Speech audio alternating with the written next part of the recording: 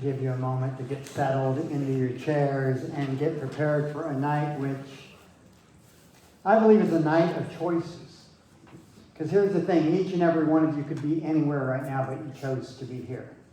So I think that's the first choice you made. But there will be more choices tonight. There'll be a choice whether you just go through the motions or whether you engage. There'll be another choice, a choice of whether you are going to hear the stories and the messages delivered and then decide where you reside in it. And I want you to be very careful as you listen to the stories, so simply don't just take one role in the story. Listen to all the roles in the story. Because in every story, each role is a part of you. So tonight will be about luck or intentionality. And so I get to open the evening, and so I want to tell you that I think luck is a myth. Here's what I think. I think that each and every single one of us has been given an extraordinary, magnificent, amazing life. And we've forgotten. And so when something extraordinary or something amazing or something magnificent happens, we go, oh my goodness, look at me. I'm so lucky. But here's the thing, you're so ordinary. Because if you chose to take every moment of your life that you saw as ordinary and branded as extraordinary, your life would change profoundly and it would be profoundly different. So here's the thing, I think you make your own luck. And I don't think it's something you made. I think it's something, as we were getting ready tonight, I was running around and one of the printers is bad, and so I plugged the printer into the computer, and the minute I plugged it in, the computer said loading up drivers. It knew exactly what printer I had plugged in, and it knew exactly where to go on the internet to find that which would make that printer in that moment work at its maximum capacity. I think each and every single one of us has that same ability to plug into spirit, to plug into the divine, to plug into love, to plug into God, whatever name you give it, to plug into the one presence, the one power. And I think when we plug in, automatically we are being downloaded all the drivers we need to work perfectly in the system that we are in any given moment, in every minute, in every holy instant. We are given the ability to plug into the driver that's going to make us work at the maximum effectiveness. And when we do, and when we let that happen, that is luck. When we let that happen, that is super extraordinary. When we let that happen, that's magnificent. So I think we have to set the intention to plug into source, whatever you call it. And when you do, and if you do, and if you choose to, there's another choice you're going to make tonight. Am I plugging in? Am I plugging into the space? Am I plugging into the speakers? Am I plugging into the message? Am I plugging in the source? Because I promise you, if you do, you will have a life that is filled with luck, a life that is filled with amazing, and a life that's filled with superordinary. Because none of us wants just an ordinary life, do we? All right, I'm going to turn it over. Come on in. Thank you for coming, by the way. Hello. How are you guys all doing tonight? So happy you guys are here before the snowstorm. And first things first, I would like you guys to move closer. Come. There's lots of seats. Everybody, please just move at least one row closer, because this is an intimate evening of sharing and some stories we want to make sure you're hearing. We want you to plug in, right? Plug in for tonight.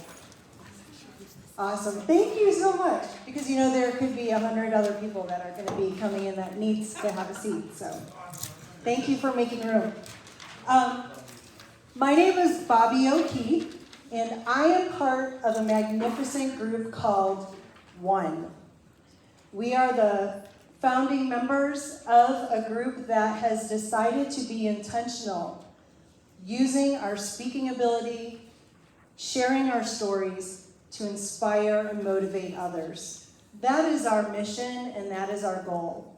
And in 2022, we've set out the intention to have a topic every month shared with you all here at Unity. And throughout this year, our theme is called Activate Your Power Now. This month's topic is around, is it luck versus intentionality? And so if you were here last month, our last month's topic was around sharing love and bringing love to the world. So tonight, I really hope that you take the time to listen, take notes, record if you'd like. We don't mind. We'd love you to share our stories to people as well. Share with your friends and family as well what you learned tonight.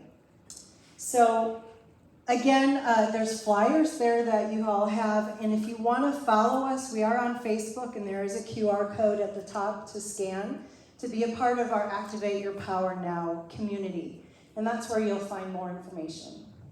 So tonight, I am your MC, and I have the blessing to introduce some awesome people to you, and I am super, super excited to introduce to you a friend that is just a beautiful soul, inside and out.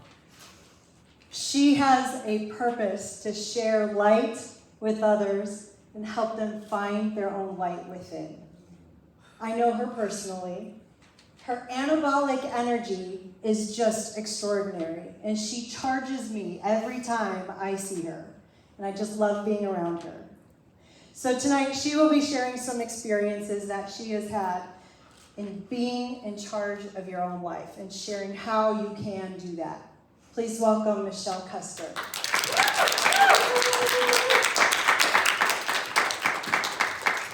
Okay, I wasn't supposed to cry before I started. My goodness. Thank you. Thank you so much. I'm really excited to be here. I want to talk to you about being in charge of your life, but first I need to explain these yellow roses in front of me. They are in honor of my best friend, Lisa. They were her favorite, and I made a promise that when I got on stage to tell our story, that I would have them here. And this is my best friend, Lisa. Lisa was my pillar of light.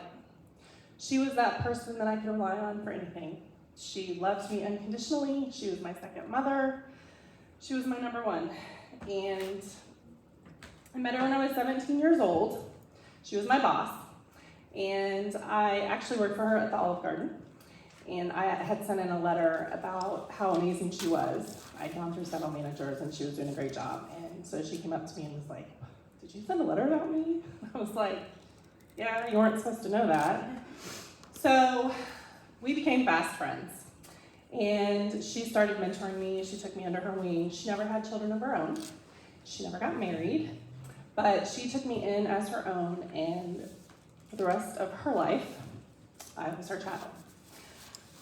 So when I want to talk about being in charge of your life, Lisa was kind of like a Band-Aid, and I mean that with love and respect. She validated me, she loved me, she made me feel worthy, she made me feel special. And when I lost her on March 12th of 2015, I realized I hadn't been in charge of my life. And she had kind of Band-Aided all those things about myself that I had ignored. And that was really hard because she had always been my biggest cheerleader. She wasn't there anymore. And we all know that you should be your own biggest cheerleader. I didn't know that yet because I wasn't in charge of my life. So are you existing or are you living? Well, I want to ask you right now. Think to yourself, you don't have to answer. But I was definitely existing. All I cared about was work. I'm an event planner. I love planning events. It was my whole life. And obviously losing Lisa completely changed that. I wasn't working in event planning anymore, and I was missing that spark. I didn't know what was missing other than her. And I decided to pick up and move my whole life to South Carolina. In the process of that, I had read a book called Return to Love by Marianne Williamson. And that book was eye-opening for me. It made me realize I wasn't in charge of my life and I wasn't living with intentionality. So I wanted to know more information. I was craving the knowledge. I wanted to know what it was that I could do to be a better person and live my best life. So one of the key factors in being in charge of your life and living with intentionality is releasing those limiting beliefs. What are those limiting beliefs that are holding you back right now, today, from doing what you love? I had a hang up because when Lisa died, I was 36 years old, almost a week away from it. And I had not gotten married or had children. And I felt unworthy of love, not validated. I just didn't feel like I mattered, because as a woman, that's what you were supposed to do. And I can tell you today, I'm 43 almost in a week and a half, and I'm still not married, and I still don't have kids. But guess what? I'm worthy, and I know it now. So that's a big deal. Thank you. Thank you. So getting rid of my limiting beliefs then helps me fall in love with myself, which is also very, very important. You know, we've all heard it. You can't love anyone else till you love yourself, whatever. I would roll my eyes every time I heard it. And Lisa was really, really good about loving herself, but she also poured into others. And she would always tell me, you gotta take care of yourself first. Of course, I heard her, but I didn't really listen or understand for myself until she was gone. So falling in love with myself, what did that look like? When I was in South Carolina, I had only myself to be with. So I would drive to the ocean, I would take myself shopping, whatever I could do that was local and fun and different to explore, that's what I would do. So I learned to love myself. It was awesome, it was amazing, it was liberating. I remember having a phone call with my sister one night when I was driving home from Charleston, and I said, I can't believe it, but I feel so at peace, and I'm like the happiest I've ever been, and I felt guilty for saying it because Lisa wasn't here, and how could that be? How could I be happy without my number one? It just didn't seem possible. She's like, of course she would want you to be happy. Now I knew that, but still there was just a guilt. So, my favorite and last final thing about being in charge of your life and living with intentionality is living your best life now. Are you living your best life right now? I can tell you I am, because I'm standing here right now in front of all of you. That's a big deal. This is my first time on stage, and today is March 9th. Saturday is March 12th. And it will be 7 years since I lost my pillar of light. And my light went very dim for a very, very long time. And somehow I've found the spark again. And one of the things that I've done is I've started a Facebook page called Watch Me Shine Brighter. Started that in December. Lisa was my light. And I figured a great way to give back was to find my own light within, share it with others, and teach them that they also have a light within that they can share with others. That's definitely living my best life. I get to inspire over 300 people every single day. That sets my soul on fire. That is huge. The other thing, you might see there's magenta in my hair. I told you I'm almost 43. I did not put any color in my hair until I was 42 years old. I have been wanting purple. Purple's my favorite color. I wanted purple in my hair for as long as I could remember, but I didn't do it, and finally last year I said, you know what? I'm putting magenta in my hair, is what I started with. Then I went to magenta and purple, and now we're back to magenta. That is living your best life, because guess what? I'm still Michelle, whether I have magenta in my hair or not. I have very loud nails, also. I like that. So what? I also realized during COVID, I didn't have any color in my life. There was no color in my closet, there was no color in my apartment, and color is happy to me. That's joy. And I love to bring joy to others, so I needed more color in my life. So I started adding color everywhere. That would also be living your best life right now. I am so honored to be here in front of all of you tonight. Thank you so much for having me. I want to end with my favorite quote by Angelou. People will forget what you said, they'll forget what you did, but they'll never forget how you made them feel. I can only hope that I inspire and make everyone feel half the love that Lisa made me feel in my lifetime. Thank you.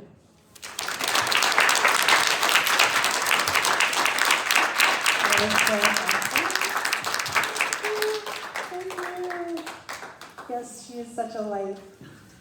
First time I met her, we had lunch, and just sitting across from her, she just had this spirit about her. And I suffered with, and I still suffer with, depression. And so being around someone that has that joy and has that happiness and that light helped me get out of that depression.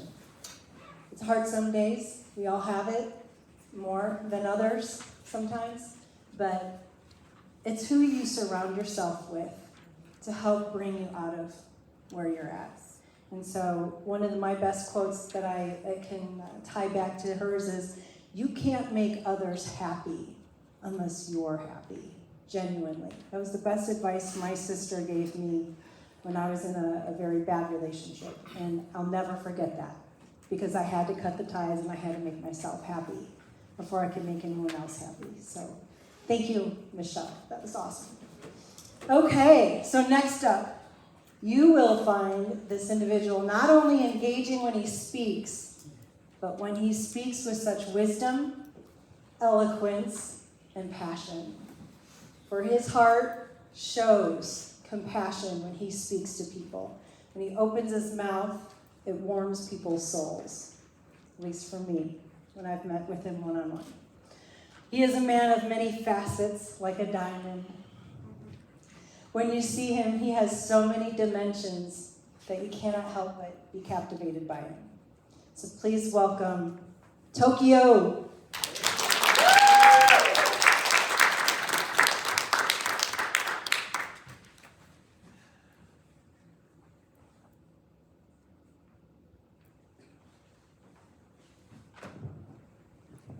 Good evening.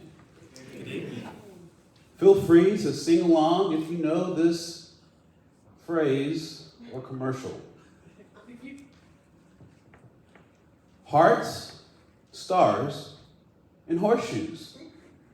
Clovers and blue moons. Pots of gold and rainbows. And me red balloons. My friends, today is a message about me Lucky Charms. In this case, your Lucky Charms. Now, I want to get really serious, because this was about a man whose life was in danger on a daily basis by people who wanted to take away from him the one thing that was his joy. How many of you in life right now face trials and tribulations and people that threaten your very happiness in existence, that threaten your ability to have a light, that want to dim it down, don't want to see you grow, want to see you down? This is serious. How many of you are faced with consumption of content, media, or news that wants to do the same thing? My friends, this is March. The Snake Parade and St. Patrick's Day Parade are around the corner, all of which are about luck. Now, luck, if you ask me, is intentional. When we look at a rainbow, at least when I look at a rainbow, I automatically feel lucky. And when I see a double rainbow, a tear falls from my eye. But with that being said, how many of you have ever manifested your own rainbow? Yeah. It's very simple. You go in the shower, you take a flashlight, and if you angle it up,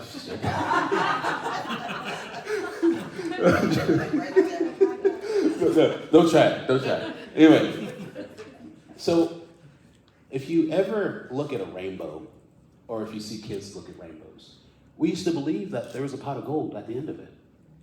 And the cool thing I love about rainbows is it never really seems like you can get close to where it starts. I've tried to drive to one. I had like a lunch break that was an hour long. I couldn't get to it, right? This leads me to believe that the pot of gold that we all look for oftentimes is not where we suspect. If we talk about a rainbow that's in the sky, that sky is outside of you, which means that the pot of gold that we look for would also be outside of you. But I have a theory, because the kids never really did catch his Lucky Charms because the commercial cut it out, that the Lucky Charms were hidden somewhere within. If you look at most folklore, if you look at most, what are they? There's a type of tree that the Indians would actually bury stuff back in the day. And they did this cool thing where they would tie the branch and anchor it to the ground, and it sapling. And so you'll see trees in the middle of nowhere with they grow like this with purpose, because they point towards a tree where there's something buried underneath. Some of you agree. My friends, I'm here today to tell you that this pot of gold is within you. It always has been within you. And the beautiful thing about it is it's not hard to extract. Now, the pot of gold, how does that have anything to do with Lucky Charms? Very simple. See, the pot of gold represents your spiritual gifts and talents. Those are the Lucky Charms. Now, the pot of gold is the value that the world perceives. Your Lucky Charms, aka your spiritual gifts, will allow you to operate in a higher value. By being able to operate in your spiritual gifts, you're able to empower others. You're able to be able to really manifest everything you want in your life. Hell, if you use your spiritual gifts on the job, hello promotion. Hello new car, hello new house. Why? Because when you're operating at a higher frequency, as Mr. Reverend Randy said, plugged in the source, hello, it's all connected. Oftentimes I find that pot of gold, right? When I thought about it in my worldly self, in my worldly mind, I thought the pot of gold was a bunch of followers on Facebook. I thought the pot of gold was the hot chick at the bar. I thought the pot of gold was the brand new sports car that I was trying to get. But none of those things created real value. Why? Because they diminish. That new car I got hit. Gone. Well, what was that value? That chick at the bar, she said no thank you. Where's the value? Right? See, everything outside of you wants to take your pot of gold, but when you realize the pot of gold is within you, nothing can take that away. I can't reach inside you. You wouldn't be alive if I did. But when you think about that aspect and the fact that we're each unique, that means that our pot of gold, our lucky charms, are identified or identical to us. That means that each and every one of us all have a pot of gold that contains something different. This also means that we don't compete with one another when we operate in our spiritual gifts. Which means that if every single person started a Facebook page, we would all still uniquely reach people who are in tune with what we have to offer. How many of you know people right now that would benefit from your life story? Okay. I know people in the back are a little shy. It's okay.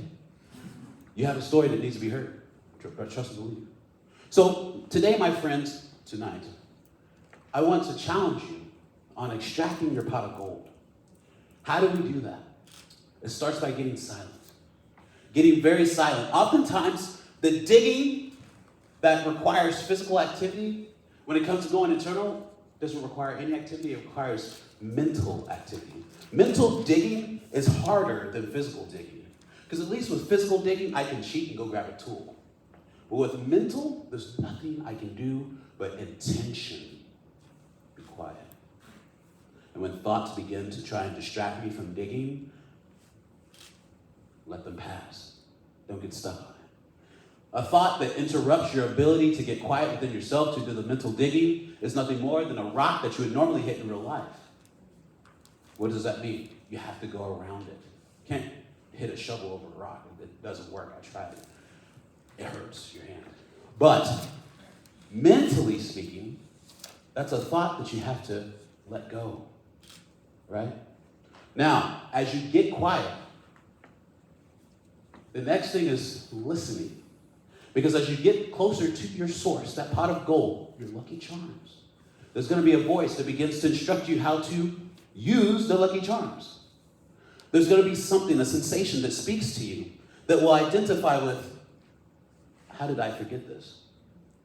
And then with that, the instructions, as Pastor Reverend Randy said, will begin to download.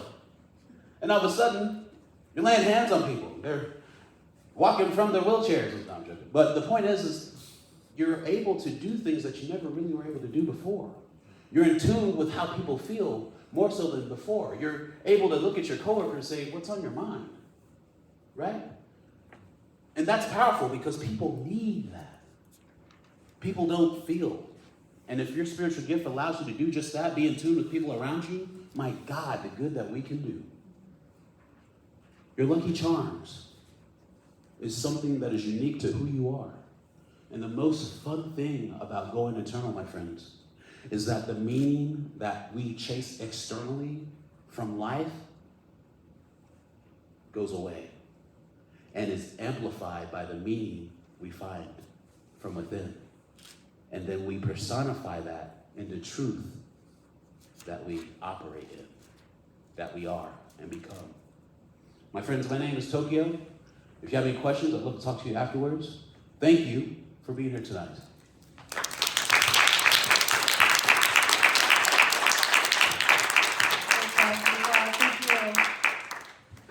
I love that that analogy, the pot of gold could be what you're chasing, whether it's a job, career, making $1 million, having that nice car, having the huge house. We forget, though, that our lucky charms are those things internally of who we are that people sometimes don't get to see. But that's kind of good. Then they can't put a value, and don't have to rely on that value of someone else thinking what my charms are worth. So I love that. Thank you very much for that. All right, so this next woman is about to share the next part of her life story here, of overcoming obstacles and challenges that she had shared last month. She has come through so far in her life. Once you get to know her, I encourage you to reach out to her to learn more about what she's been through. Because most things that she's gone through can crush the average person. I want to encourage you to listen. She's got a great vision for our group here, the vision for this event and the future events, and I am just so excited to be a part of it. Please welcome Isabel Black.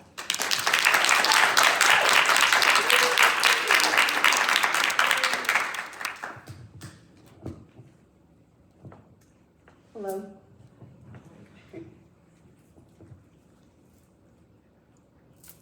So, I'm just going to be totally honest. Today, I'm stepping outside of my comfort zone, and I am speaking with no notes. So, yeah, that's me growing, being intentional.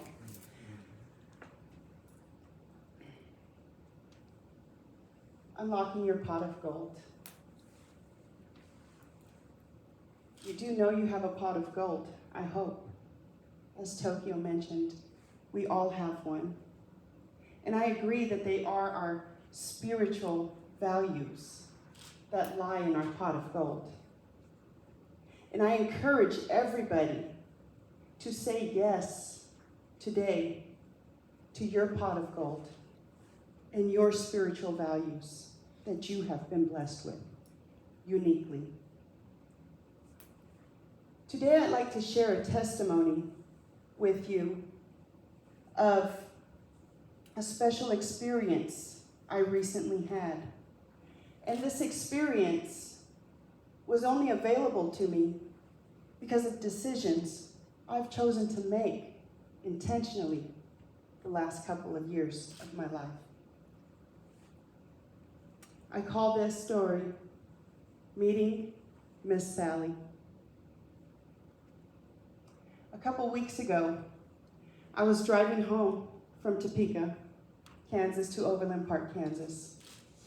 And I was very excited and feeling accomplished because my husband and I had gone to Topeka to buy a dream truck that my husband has been wanting for many years.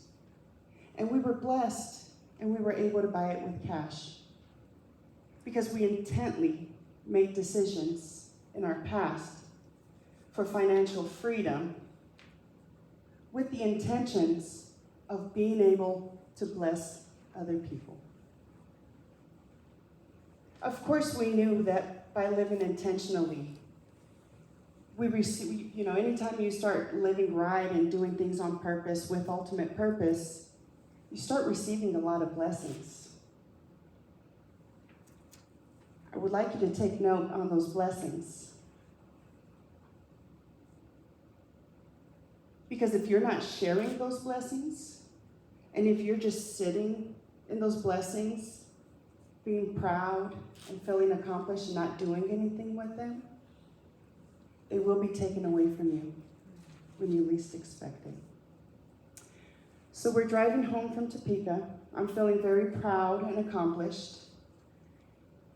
And I'm following my husband, watching him drive in this truck that I know he's been wanting for a long time. And my phone rings.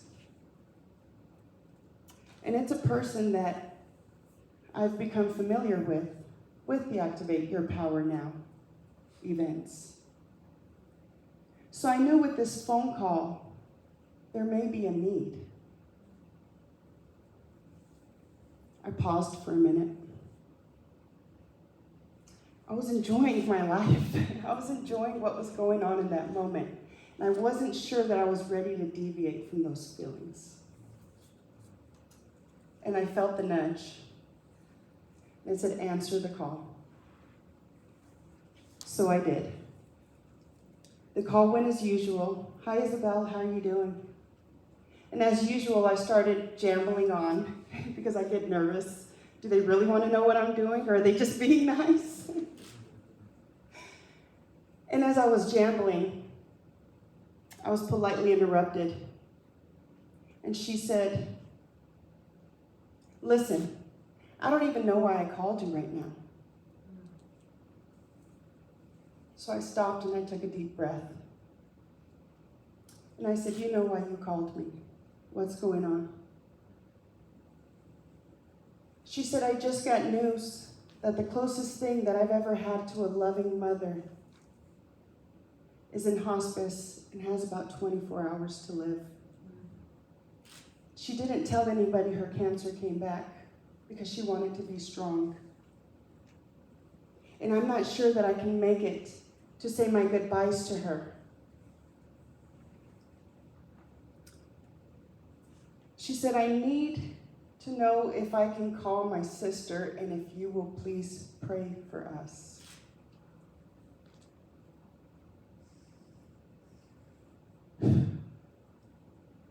When you say yes to your pot of gold, you can't say no when you're being nudged. I took a deep breath and I was honest and vulnerable with her. And I said, I'm going to do it because it's God's will and it's God's way. And I am just here as his vessel. But I need you to know that you are encouraging me to grow right now. Because what you don't know is that I avoid people who are experiencing a death. It makes me very uncomfortable for many different reasons. I said, I'm going to do it, but just know that I'm very uncomfortable with this. And she started rambling on, my sister is not even a believer, so I'm not sure how she's going to receive this, but I'm just being told, I need you to pray for us. And I said, then call your sister and let's pray.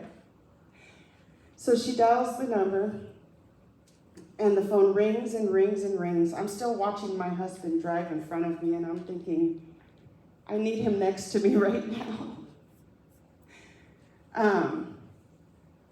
The phone rings, and nobody answers. So she ends the call. And I'm sitting there celebrating deep down. I said, whew, you answered the call, but it doesn't mean, it's just the test. Are you going to answer it, the call? So I thought maybe I got away with it. And then her sister called right back. So she three-ways the call, and I just start praying. I ask Spirit to take over. And as I start praying, my friend starts praying also, and we start tag teaming. Her sister just praying one after the other. I can hear her sister crying. And when we take a pause, she mentions, I don't even believe in any of this. But thank you so much for doing this for me. It really means a lot.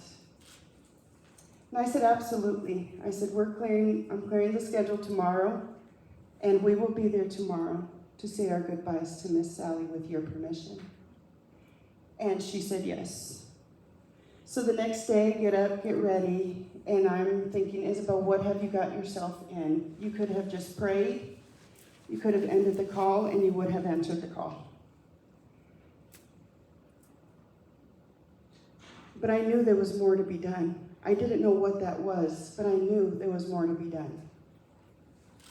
So the next day we go, and as we go into the hospice room, I see a table on the side of the room, and I meet her sister, I meet her brother-in-law, and I tell them, I'm going to be right over here at this table. I'm here for anything you need, and you just let me know when you need me. And I sat out of the way.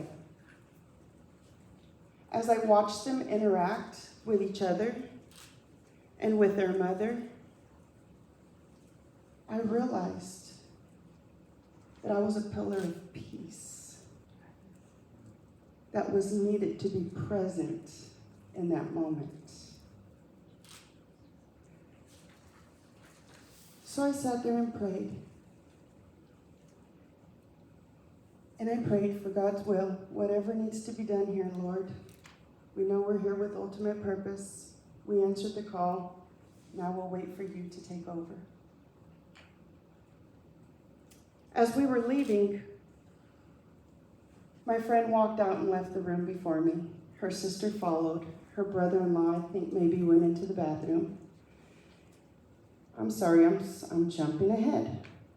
So right before we left, my friend's sister starts taking out some jewelry. And she starts giving her sister some very beautiful jewelry. And then she pulls out this bracelet, which is this one. And she takes it out of her bag, and I see it, and I immediately see the breast cancer sign on it. And I think, wow, what a beautiful bracelet. I'm a breast cancer survivor in 2020. And I had been thinking I would love a piece of jewelry that had that on it. So she pulls it out of the bag, and I see it, and she said, you know, I bought this bracelet to give to my mother, as she too is a breast cancer survivor. I was going to give it to her in April when we moved here to be closer to her. She won't be needing it anymore. She said, I can't help but think that she would want you to have it. It was my honor. I've been wearing it every day since.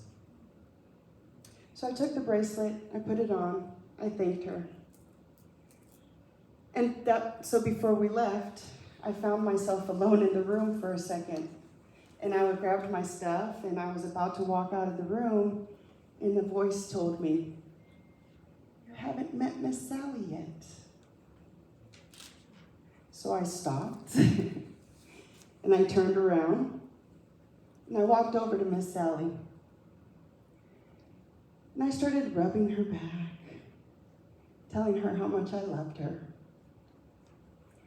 I thanked her for her beautiful daughters and the opportunity to be there in that moment. I promised her I would wear this bracelet with love and that I would continue to be a rebel.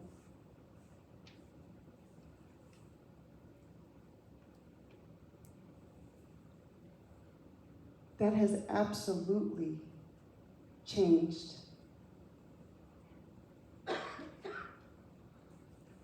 what I think about the loss of somebody. I didn't have a connection before. I've lost people that I really care about, but not that broke my heart. And I'm embarrassed to say that. But I just haven't felt that connection. And when I would see it, it would make me feel very uncomfortable. But I am here now, proud to say that I have shed new skin. I am newly declared, and I am continuing to knock down any barrier that gets in my way. Thank you.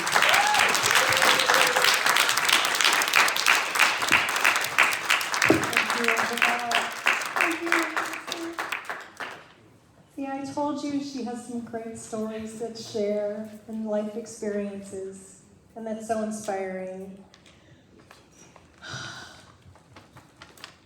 I have to not cry for that one. So I am too very uncomfortable around those situations, even with my own family. When my dad passed away, I refused to walk up to the casket. Just Couldn't do it. But we have to overcome some of those things as we grow and as we become more comfortable with ourselves and how we come into our own. And that's what these talks are every month, is to help challenge you to grow personally, spiritually, in your own life, and understanding who you are. Not understand what the world thinks you are, but who you are, and find out who you are inside, if that makes sense. Okay. Anyways, thank you very much. So, next, we have a phenomenal poet. She turns pain into power with every story she shares with us. She is led by the Spirit to motivate and bring the best out of people. And she's awesome to talk to when you are feeling a little down and low. She brings you back up. Her compassion just oozes when she speaks. It really does. And I've enjoyed seeing her grow and blossom into a public speaker and to share her stories. And I'm very honored to have met her, as well as the rest of these people that have been speaking today at a speaker's class we all went to. So please join me tonight when she's going to be sharing around how being intentional is being an intentional one today. Be an intentional one today. Shauna Collins.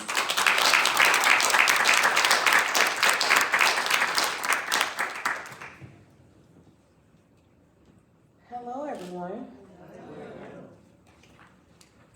So I will be speaking today about being the intentional one. A lot of times we hear people say, oh, she's that one, or he's that one.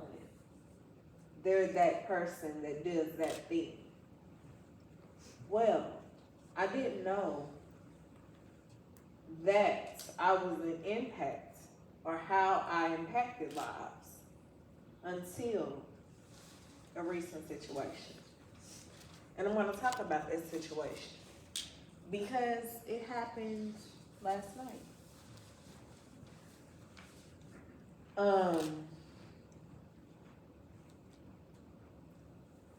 I was ready. Someone here needed me tonight. Someone here needed me tonight. Keep that in your head. Because I was ready to end it. Just being honest. It happens. Life is heavy right now. The world is heavy. All my ambitions, dreams, goals, everything. I was like, what am I doing it for? Who am I impacting? What's going on? You know, what is it serving? But guess what? I made a choice to live and not die. It was hard, but I made a strong choice to live. I want to live. Why do I want to live? Because I'm that intentional one. The one that's going to stand in the gap for everybody who can't stand for themselves. The one who is going to speak up on things like this, when people can't speak for themselves. Or when people who have already gone on and their loved ones are wondering why. I now know why. You can't know why if you've never been through it. So I had to know the why. I had to know that the world gets pitch black when that happens. So I can be able to help people who are going through that thing. You see, being intentional is just that. Being intentional about everything. It's about being intentional about your thoughts. It's about being intentional about your growth. Do you really want to grow? Do you really want to be aware of the pain that is blocking your power. So I reached out to my tribe.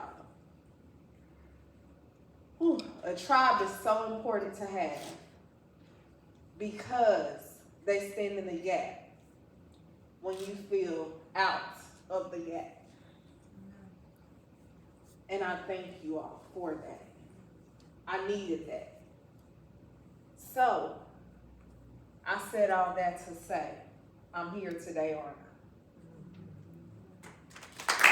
Being powerful and impactful and insightful of everything. I've been wondering lately, how is it that I feel everybody's energy? I can be at my job, which is in Gladstone, and I can feel somebody's energy in Independence. And I'm like, wow. I've tapped in. Once you tap in, you cannot tap out of it. So I had to ask myself, are you really ready to do the work? You have to ask yourself those questions because there's no easy way out. There is, but I'm not taking the easy way out. So I had to be intentional. So another story, as I was growing up, I was always the one that stood out. I was always the one that was like the outcast, the one that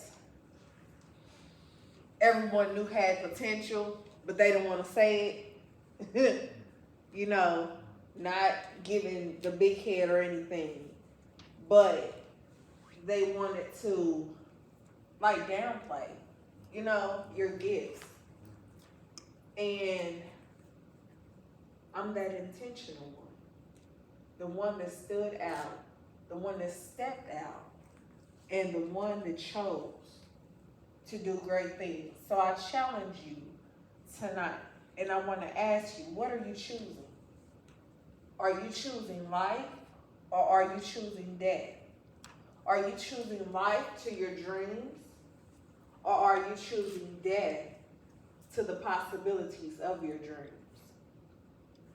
Do you want them to grow, or do you want them to die? Do you want your children to look at you and be proud, or do you want your children to look at you and say, wow, I just might as well give up because they gave up? No. Not today. Not this day or night. Tonight, I challenge you to regroup, to rethink, and to restart everything that you have left behind or that falls to the wayside. Restart, reignite, and regroup. And then, when you restart, reignite, and regroup, then help someone else. Tell the story about how you overcame. That's what it's all about. I wouldn't be here if I wasn't passionate about actually seeing someone change. I eat, sleep, and breathe changing lives. Because in this day and age, that's all we have. So you have to be intentional about everything that you do. It's all a part of growing. You have to be aware. You have to be accountable for what you do. Then lastly, you have to be in control of what you're doing. Because without you being in control, then you're out of control. That's the opposite effect of being in control, is out of control. We don't want anyone being out of control. So that's my story that I shared with you all. very vulnerable tonight, but of course, that's what changing lives does. Causes you to put yourself out there, even when you don't want to. But I'm here. I lived, I made it, and I want to thank you all for being here tonight.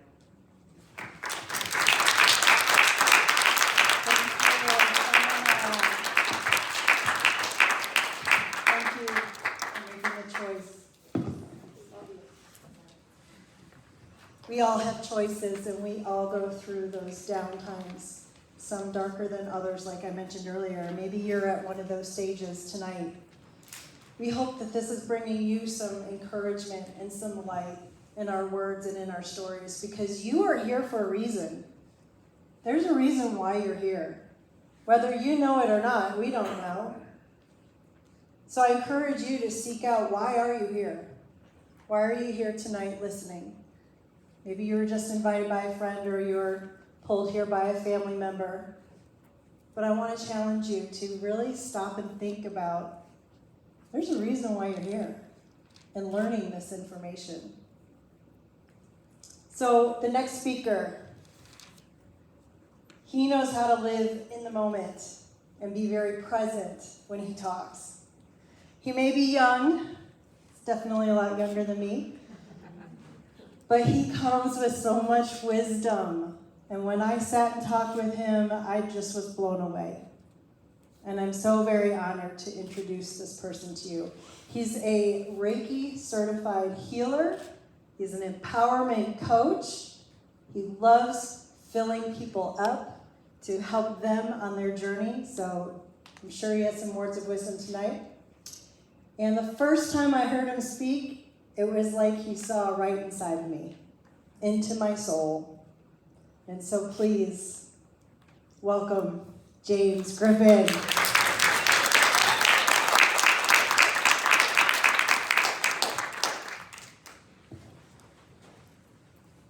So who's ready to be activated, say yes. Yes. Who's ready to find their pot of gold, say yes. Yes.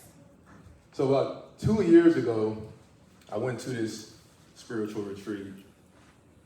And about the last night, before everything started, the ceremony and everything that was going on, everybody was gathered around and they were looking up, and in the sky, there was a beautiful rainbow. And when I looked and saw that rainbow, I was in awe. And in that moment, it's like everything just left me and I was just present. And love, happiness, joy just filled my very body. You see, at that moment, I realized that my pot of gold, my happiness, and my joy was nothing that was outside of me. It was something that was always within. So I ask you the question, what is your pot of gold? Under whose rainbow does your pot of gold lie? Because if you're not careful, there's this famous or infamous dream called the American dream. And the American dream is something that started off, I feel like, with good intentions, but over the years it's been hijacked. You know, the 2-car garage, the white picket fence, the 2.5 kids. Like, for one, how you have a half a kid? I don't know. But somewhere along the line, people, they work 40 hours a week, sometimes 50, sometimes 60, for a majority of their lives to try to get a piece of the pie, to try to get that pot of gold, but then they realize once they go through that whole time, once they make it to the retirement age or whatnot, that's not it. Something is still missing. So there's a divide, something has to change. So what is that? What needs to change? Because in society right now, there's a system called be, do, have. But in this society, we have it backwards. We think that in order to be happy, we first need to have everything. We need to have that perfect family. I mean, to have those cars, the Cadillac, whatever it is, in order to have that, we need to work. You see, there's a plan already set out for us already. It's something ingrained as a kid. We see that, and we act on it. We walk, we work 40 hours a week, disregard our health. Now we're depending on the system. Work 50, 60 hours a week, disregard our families. Now there's high divorce rates. All to try to find that pot of gold. All to try to find that sense of fulfillment. You see, growing up, by 17, that's the time where we have to choose what we want to do. At 17, I didn't even know what I wanted to do, but my parents said that I had to go to college. So that's the path I walked. So anyways, I chose engineering because I was told that, I'm good at math and science and it would give me a good job, right? So I'm like, okay. I go through schooling. I make it past after I graduate, work about 6 years. I'm like, the whole time, this is not for me. This lifestyle is not for me. But I don't know what to do. You see, it wasn't until I was talking to one of my coworkers, and she was explaining to me her passion for engineering. And I saw the sparkle in her eyes. That's when I realized that I didn't have that same sparkle. That's when I realized that I had to let go of that pipe dream, 40K in debt. You see, that was hard. It was hard for me to let that go, to move on to something else, because where was I going to move to? It was unknown territories. But see, then I was realizing I had to think back. You see, why I even went down this route in the first place was because I put money, comfort, security first. See, those were my values at the time. See, that's what I thought I needed to achieve. Money, security, and comfort. That would pave the way for happiness, fulfillment, and purpose. See, at that time, that's when I had to shift my mindset. I had to shift the value system within and figure out that I had to prioritize happiness, fulfillment, and purpose. And then from that, being brave enough to follow that rainbow, being brave enough to follow my heart, being brave enough to set and take that step towards following my path, towards my pot of gold, that I will get and receive everything that I need along the way.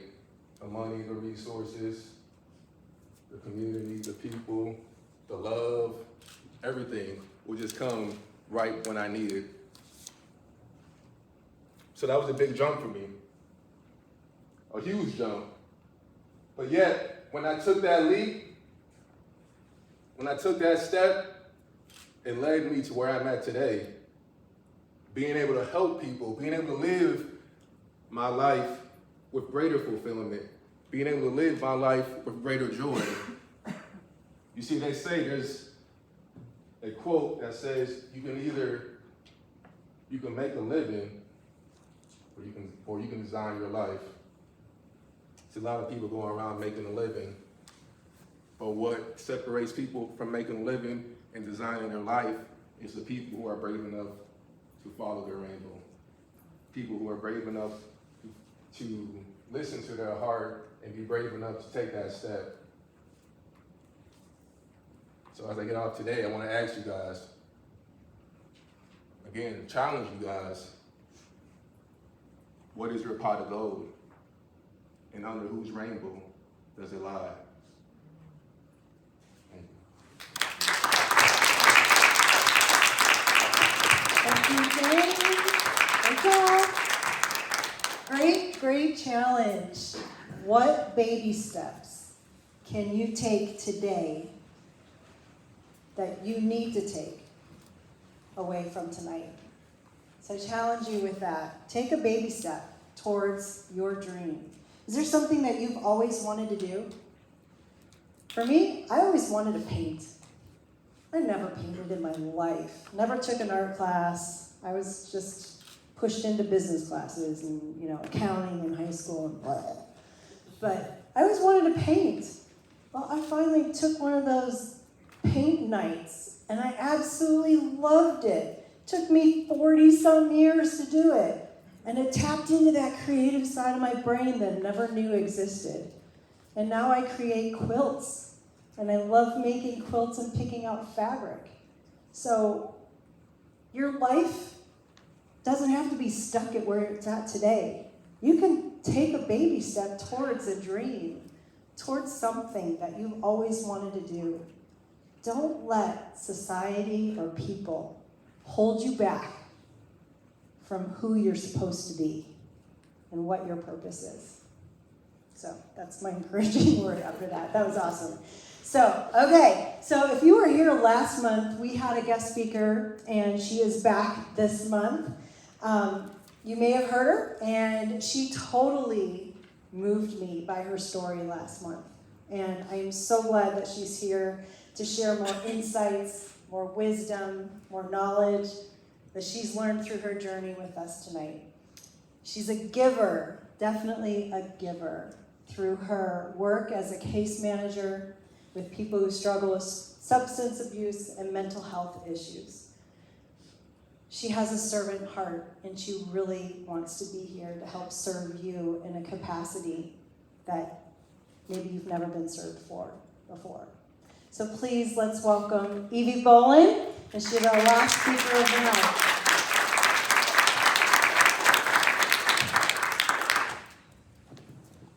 Let's give another round for everybody who got up here.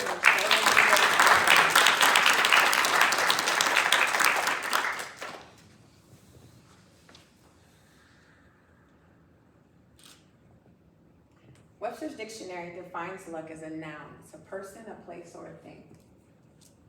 It's called the success of failure apparently brought on by chance rather than one's own action. So luck, whether it's good or bad, is still have the same definition. Intentionality, on the other hand, is also a noun, a person, a place, or a thing.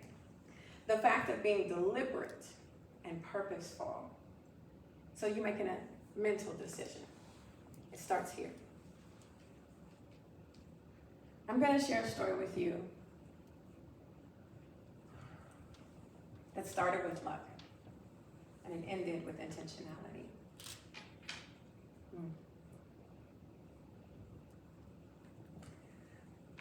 Her name is Teresa. We met in school in gym class. We shared our joys and our sorrows, our pains. We found each other. We found that we really loved horror movies because we're kids. And we found that we were both being mistreated at home. We got really close. You saw one of us, you saw the other one. We made a pact with each other. We would meet somewhere and we would die in each other's arms.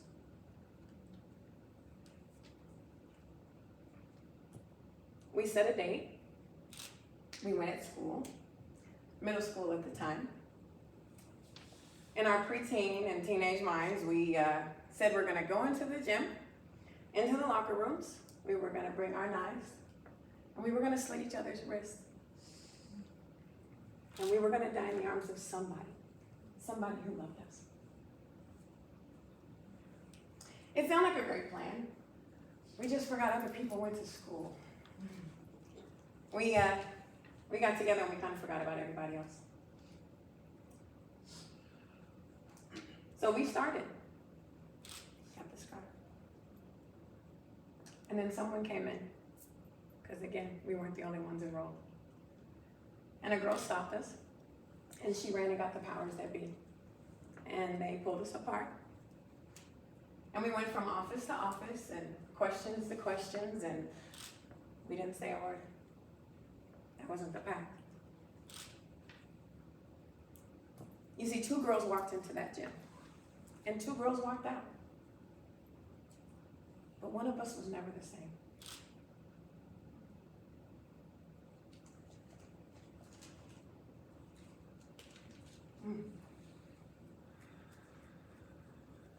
You see, the sorrow and the pain and the evil that happens to you as a child didn't go away. One of us took it way harder than the other one. You see, everybody who's been through that is addicted to something. You have to be. You got to make it through something. So you kind of need something. You see, one of us turned to control, sex, dominance. One of us turned to drugs, sex, and invisibility. Both of us were broken. Beautifully broken. Only being truly seen by each other. So let's fast forward. I received a call one day. On the other end was my friend, my beautiful friend. She sounded weak, upset, defeated. She sounded broken. I remembered broken. She gave me an address and she told me, I need you to get here now. Because I'm the call. I'm the one. I said, I'm on my way. When I got there, the door was unlocked as usual. And I found my friend in a pool of blood. I ran to her. I put her in my arms. She looked up at me, and I looked at her. Her eyes asked me a question, and my eyes answered. It seemed like it went on forever. And then out of the blue, it was a voice. 911, what's your emergency?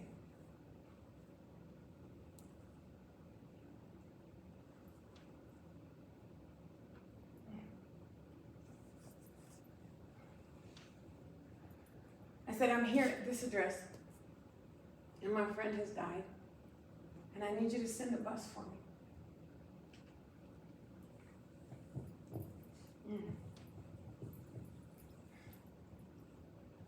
You see, I kept my promise.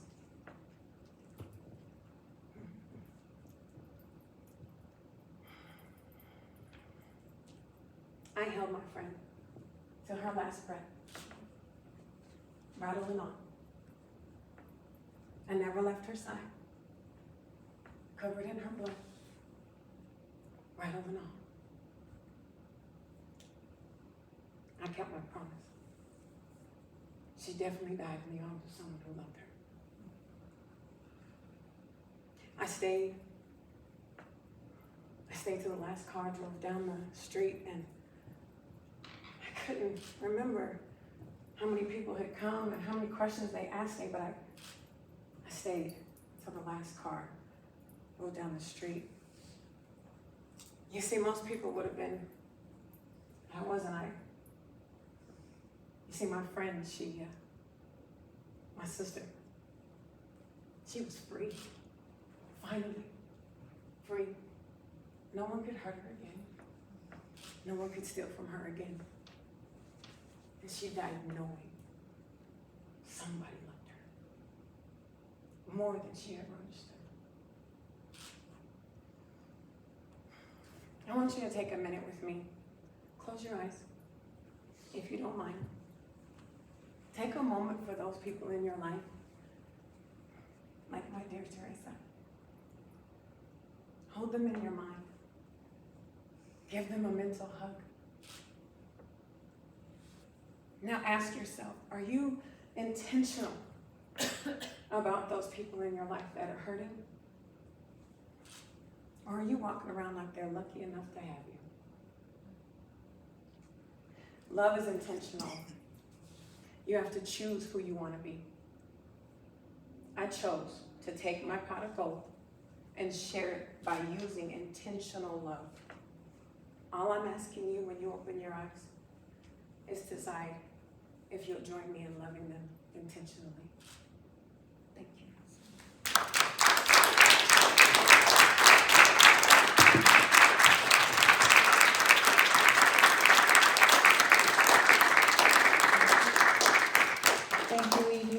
sharing such a wonderful, sad, but encouraging word and about your friend Teresa. We all know somebody that's hurting. Maybe you're hurting. So I'm glad you're here. You were intentional. You made a choice to be here. That's the theme that we have, and it's not a coincidence that it's the theme. It's why you're here. And we thank you for being here. So we have one last thing that we'd like to do. Is I'd like to bring up all the speakers, and we're going to give them a few minutes here for Q&A. So if you guys have any questions or any thoughts, or would like to know more about our speakers, we'd like to have them up here on stage, and you guys are having an open forum. So come on. What? Oh, okay. Real quick bio break. 5 minutes. So as we get the chairs and everything, if you need to take a break, stand up, whatever you want to do. But we're going to bring up the speakers and then start a Q&A session. All right.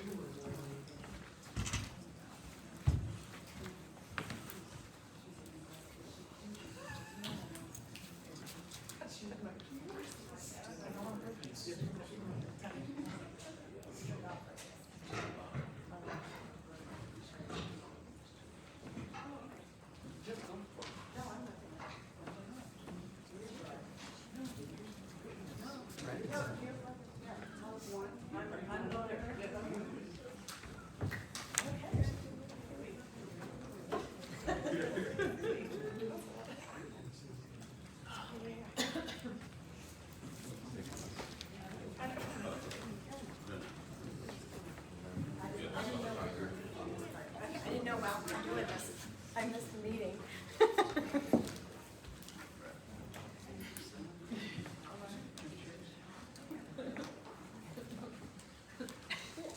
Okay, so now. Turn the mic on. Up on. Okay, so now what we're gonna do is. All right. Okay, so now what we're gonna do is, if everybody wants to maybe move up a little bit.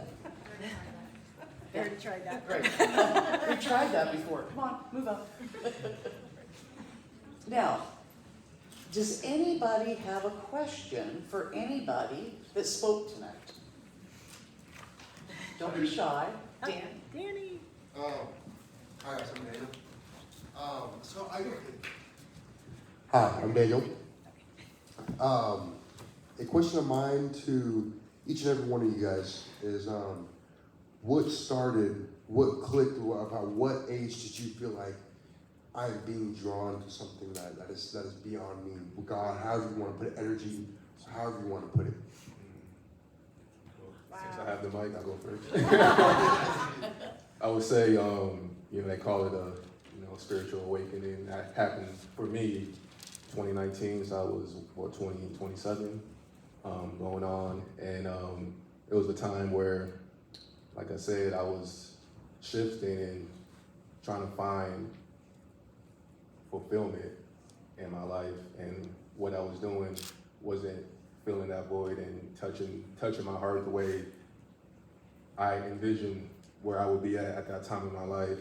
So that led me to down a rabbit hole of searching and looking for truths, looking for answers, looking for, what I can do to, better myself in ways that's deeply enriching and fulfilling. And yeah, so 27, and so yeah.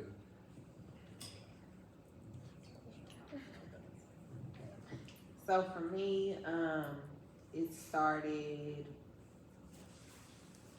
intentionality started last year, but knowing that I had a greater calling on my life started at like the age of 15. I always knew I was different, but the intentionality really like drawn in was last year, in June of last year. So I really started to be focused and driven to what God was calling in my life. I'd have to say most of my life. I was called mom long before I had any kids, so I've always been the mothering one in our groups. So I'd say around middle school and all of that, as far as actually embracing that, I have my oldest daughter is bipolar and multiple personality disorder. So walking that walk with her, so I'd have to say probably in my 20s, trying to walk that walk alongside her as she's growing up was more intentional for me. I would have to say Lisa died when I was almost 36, and I was in a pretty dark place for a good year and a half. So 37, 38, I really started realizing there was more to life, and of course I was on my healing journey, started reading more books, and I just felt like I was meant for more. Like there's that 38. Though the age is unknown, I can say that it was about 2015, 2 years into really deep diving into drifting and seeing the adversities that were hindering people to be creative with their cars and wanting to be the big brother, because it wasn't fair that I could do what I did with my car and everybody accepted it. Oh, that's cool. Oh, you're Tokyo, it's okay. But others, if they did anything unique or different, were chastised by the peer groups or as uncool. And so I started making content to encourage and empower people to fully express themselves with their car. So, yeah. So I thought I started my intentionality journey in 2017, but that's actually when I became aware of my intentional journey. Because like others have said, I was already doing life intently. I was living life intently. I knew what I didn't want, but I wasn't clear on what I wanted. So in 2017, I got clarity when I decided to go within. And I was in my 40s. So my number one goal is to make sure that you're not in your 40s when you realize it. That's why I'm here every month. Never late. So I was in my 40s. 2012, I had a very strong defining moment in my career. I was working for big corporate America, and that's what I thought I had to do. Go to college, get a good job, and get married, have kids, have a house, you know, the whole American dream that was defined for us all at some point, or ingrained in our bodies and our brains when we were born. And so there was a defining moment at work with a coworker, and last month I shared that story a little bit where she had a severe anxiety attack, and we found her in the bathroom lying on the floor, barely breathing. And at that moment, I went with her to the hospital and all that, but at that moment, I didn't realize how that affected me till a few months later when I was just completely depressed and miserable at my job. I mean, I'd have anxiety attacks sitting in my car before I'd walk into work and just wanted to be invisible. And I said, I gotta do something. So I looked up personal development, self-help books, and like, how do I get out of this funk? What am I supposed to be doing with this life? This can't be it anymore. So I pursued this coaching program that I went through, and I'm thinking I'm going to be a life coach. I did not realize I would learn more about myself. And it was therapy for me to really understand what is a limiting belief. I had no idea what that term meant. What is an interpretation? What is an assumption that we all live by, certain assumptions? What are some of those gremlins, those voices in your head that hold you back? What are the fears? I went through a year-long program to just deprogram my brain from everything I learned growing up. And so I was probably 41, 42 when that happened. And that was almost 10 years ago. So I am still on that journey, but meeting these people in the last 4 months or so that we've known each other, 5 months, this is a dream. I mean, this is strange for me, but I love it. And there's still time for you, no matter where you're at in your life. Sorry, that was long. All right, another question? Aren't you going to answer it? Oh, I can answer it. Who are you?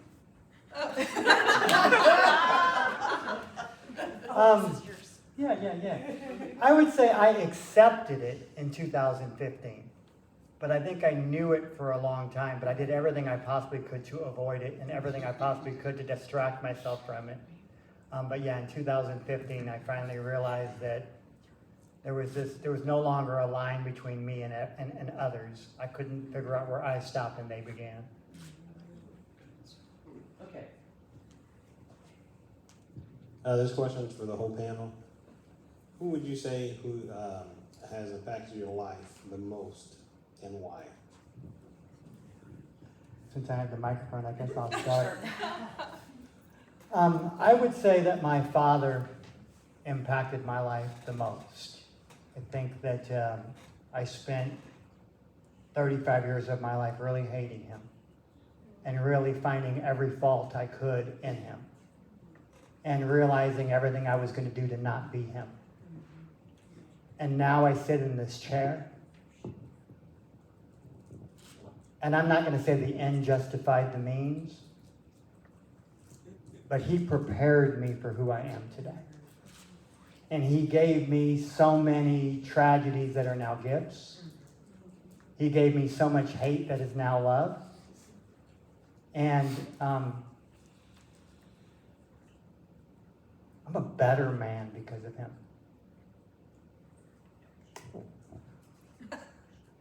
No. I'll go after. I'm thinking. Oh, okay. So for me, it would be my aunt, who I went to live with when I was 8. And she was a prayer warrior. I mean, she did everything right. It was easy for her to make good choices. And that she taught me that at a very early age. It's all choices, and we don't judge people for their choices. We love them. But you figure out where they fit in your life. And I was too young to understand all of that then, because in my mind I was hearing, I don't want you to be with your parents, to go visit and things like that. So when she would try to explain why it was in my best interest, I just thought she couldn't relate.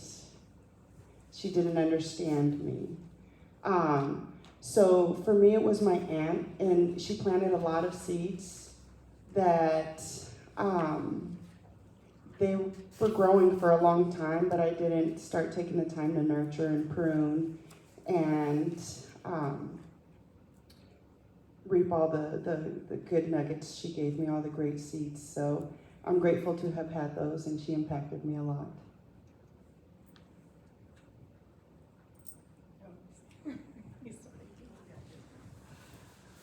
Okay, well, Lisa definitely, once again, was the most impactful person in my life. My parents were very unhealed, and I was a late, I like to say, blessing they would call it oops accident. I reframed it to be a blessing. So I didn't get a lot of attention or a lot of love. They didn't know any better. They had their own kids. They were just busy doing whatever. So when Lisa came along and really loved me unconditionally and treated me like her own, and she didn't have to because family's not always blood. I mean, nobody has loved me like that in my entire life as far as my family. So definitely Lisa. It would have to be my grandmother. She had a major role in my life. She went back where she came from in 2017 because she's always been my angel. And she made me exactly who I am. The hard me, the nice me, and the me that will get up from here.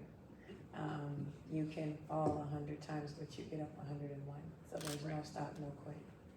And so a team can't stop, no stop is what it is. So there we go. For me, it's my mom. She's definitely the light of my life. I remember as a kid, I would get jealous because I'm the oldest of two younger sisters, and every time they would run and greet her, and I was like, man, like they're trying to steal all her love. There will be enough for me. But yes, everything that I'm doing right now is just not only to uplift my life, but to be an example for her as well, and to pass on blessings into her life, just as I'm receiving blessings in my life. So she definitely has the biggest impact. So for me, I would have to say my mom. She's been my strongest warrior through everything. She's been in the hospital since October, and the first part of the journey, she was like, I don't think I can do this, and I'm, crying and everything, and I'm like, Mom, you're strong, you got this. You taught me to be strong. When the tough get going, the going get tough. And that's what you taught me. So she's like, okay. And I'm like, woman, get up, And so we're like the best of friends, and she just encourages me to keep on doing what I'm doing, no matter what. And yeah, she's my rock. Even though she's in the hospital bed now, she can't walk, she still has a spark about her. She still has her humor, her, everything about her. She still has it. And that's my girl. Okay. For me, it's a little hard to answer that question, because if I think about a person making an impact in my life, either positive or negative, family has always got a strong impact on your upbringing, but when I think about impact, helped me change in some fashion, it was my coming to Jesus moment when I accepted him as my Savior when I was 25. That truly was a meteor that came down and hit me and created a crater and killed my past and helped me move forward to become the person I am today. Because before Christ, the BC of me, I wouldn't give two craps about any of you guys. I'd be doing my own thing. I would be out there making my own money and not worrying about a family. Heck, I probably wouldn't have had kids. I would have been deep in some sort of addiction. And he definitely changed my life. And now it's who I am is him through me. That's all I gotta say. Tokyo, did you want to say anything?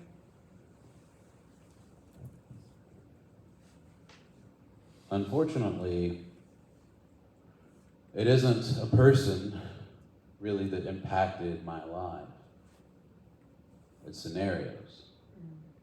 It is lack that has impacted me the most. So it's not a person, but it is a feeling that drives me and keeps me going. Perfect. Any more questions? Don't be afraid.